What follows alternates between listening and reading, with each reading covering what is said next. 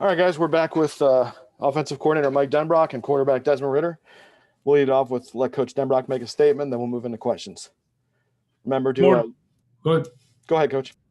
No, I was just going to good morning, everybody, and appreciate the opportunity to speak on behalf of the offensive side of the ball for the Bearcats. And we're really excited about the opportunity to play in this game.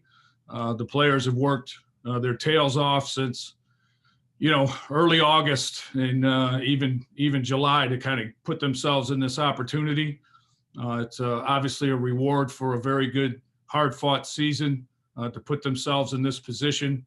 We're awful proud of them. We're awful proud of the progress that we've made offensively, and we're hoping to get our opportunity to show what we're capable of doing when we get an opportunity to go against what we feel like is by far the most talented and deepest defense we've faced this season.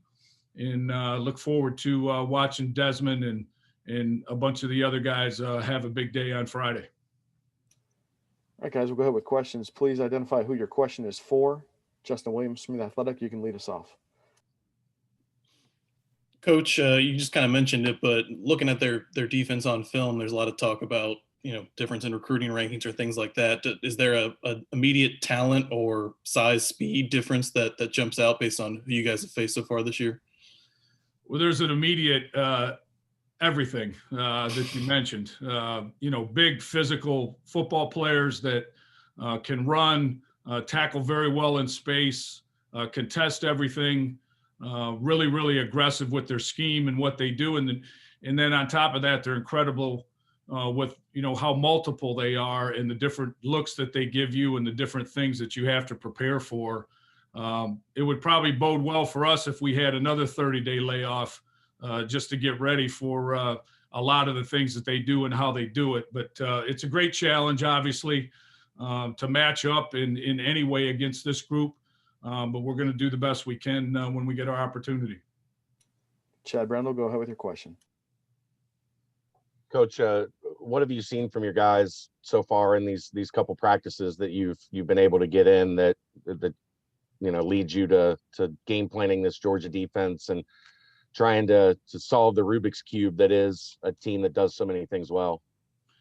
Yeah, I mean, I think the first thing is that we're excited to be in this game and excited to have the opportunity to play it. And, with all the uncertainty of this season, I don't think any of us knew where it was going to end or how, what opportunities were going to be available to us as a football team. And then to have this incredible opportunity to play against what, I would consider a blue blood program and somebody that year in and year out does it as good as anybody does it in college football.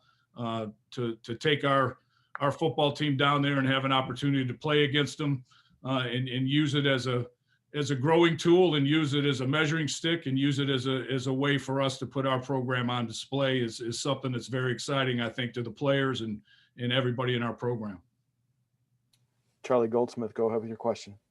Hey, Desmond, I kind of have a bigger picture question here. Kind of take yourself back. What led you to become a quarterback? And I guess how in general did you start at that position? I would definitely say it started when I was younger. I played a lot of sports growing up. Baseball was one of them. So, I was always out in the backyard, tossing either football or baseball. And then, really what ultimately got me into football was one of my best friends was playing and my dad had convinced me to play.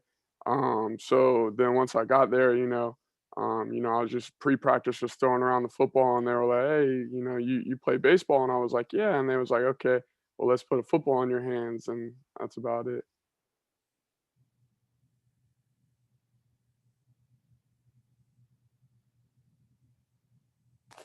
Mike Griffin, go ahead with your question. Yeah, Desmond, I know you can't really do a lot till you get out there and make pre-snap reads and all that, but as far as watching Georgia on film, what are some things that jump out at you about this defense? Like Coach said, they're big, they're fast, they're strong, physical. and they're smart. You know, they're lengthy on the outsides and they play smart ball. You know, if they make a mistake, they're going to be able to cover like anyone else and make up ground. You know, they're big up front. You know, they like to win. You know, their backers are smart, physical players. They like to fill gaps. But, you know, we're going to go out and play football. Justin Williams, go ahead with question. Des, there's been a lot of talk about kind of that SMU game and how the offense really seemed to jumpstart after that. What do you feel was your best game individual performance so far this season, and why? I would definitely say either, you know, SMU or Memphis, just from an execution standpoint. One of the main things we pride on offense is just executing and finishing plays and finishing drives and finishing games. And that was one thing that we did, I felt like, from start to finish, you know, was finish the drive and finish the game. Anthony Dasher, go ahead with the question, sir. Hey, Coach. In what way does Georgia getting number 99 back impact the game from your perspective?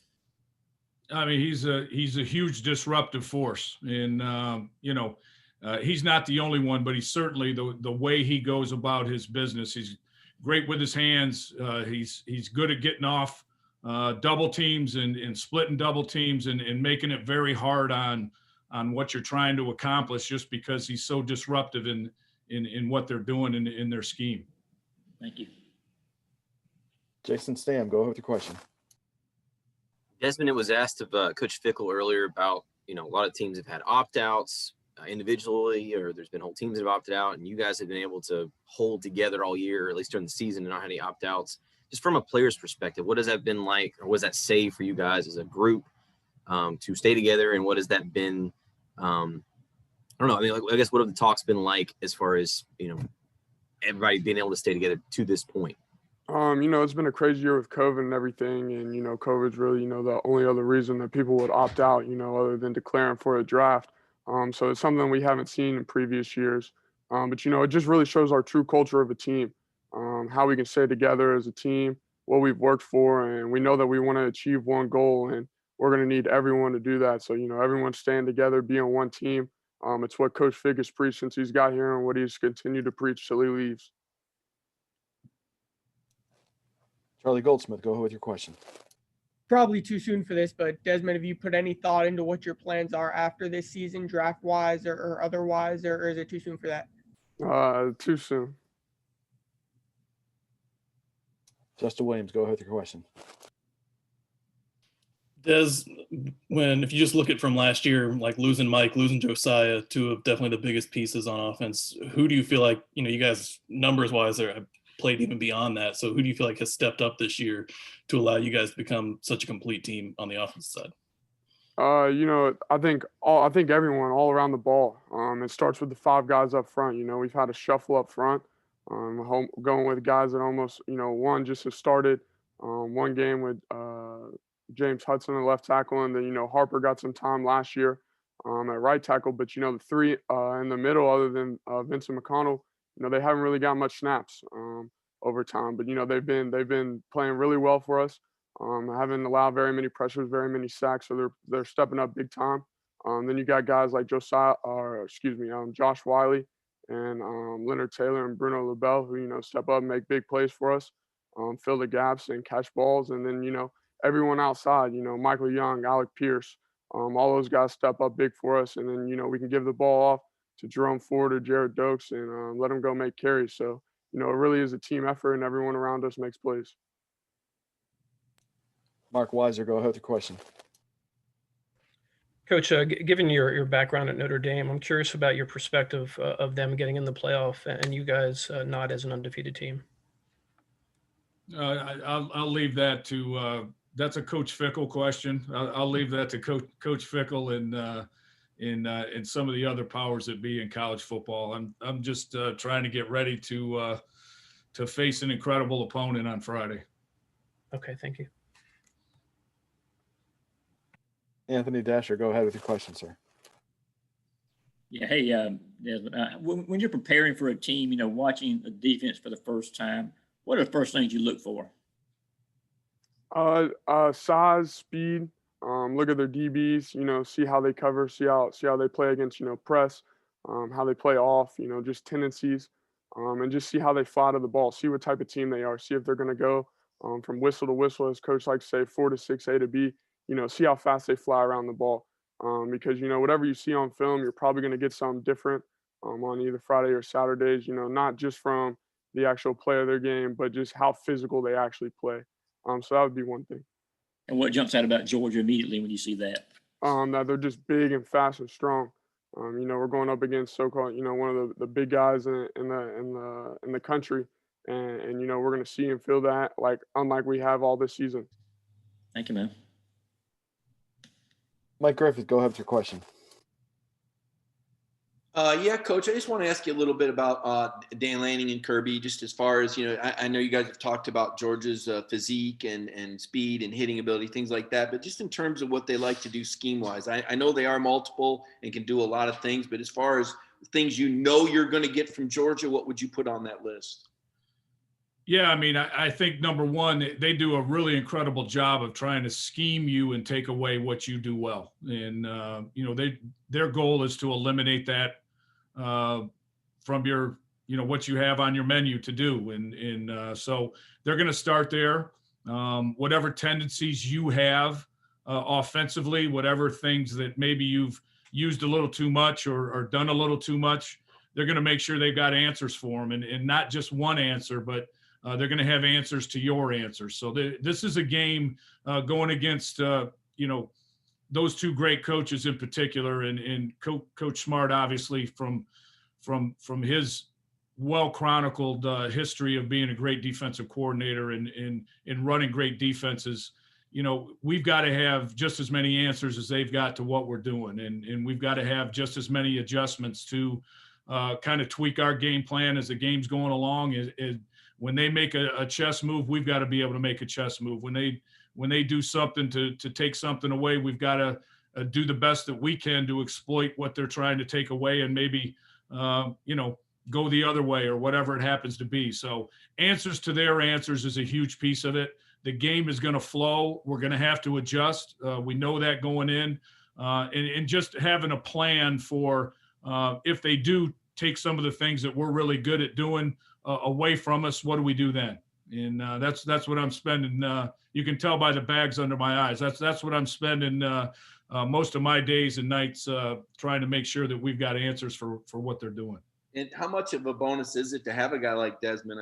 I got to think, sometimes when plan A doesn't work, he looks like a pretty good plan B with that mobility and his skills. It's a huge piece of it for us. Obviously, Des has made incredible plays for us all year, whether that's with his arm or with his legs. Getting out of the pocket and being able to make some plays at the quarterback position, being mobile, I think is a big piece of the puzzle against this defense. I think it's got to be part of, keeping the football and moving the football and being effective. So he's obviously, everything that we do offensively runs through Des. He knows that. And, I think we've got to just make sure that we're doing a good job, not only of using him when we need to, but we've also got to protect him and give him an opportunity to make some plays down the field with his arm. Charles Odom, go ahead with your question, sir. For Desmond, when you think about making it through a season with COVID, what's been the biggest adjustment? What is it the testing that you guys have had to do? Is it something else? The testing, that's almost every day. So that kind of gets into a routine, a little bit of a habit. But honestly, I'd say the biggest thing with us is, doing that socially distant. We talk about being a team and being as one. And part of that is, just the locker room and the brotherhood that you create within the locker room. Unfortunately, with COVID, we're not able to have everyone in the locker room. All 121 guys all packed up in a big space. Sharing those times together that you would in the locker room. But instead, we have at least 4 to 5 different locker rooms where guys are spread out in that we've been doing all season to keep everyone socially distant.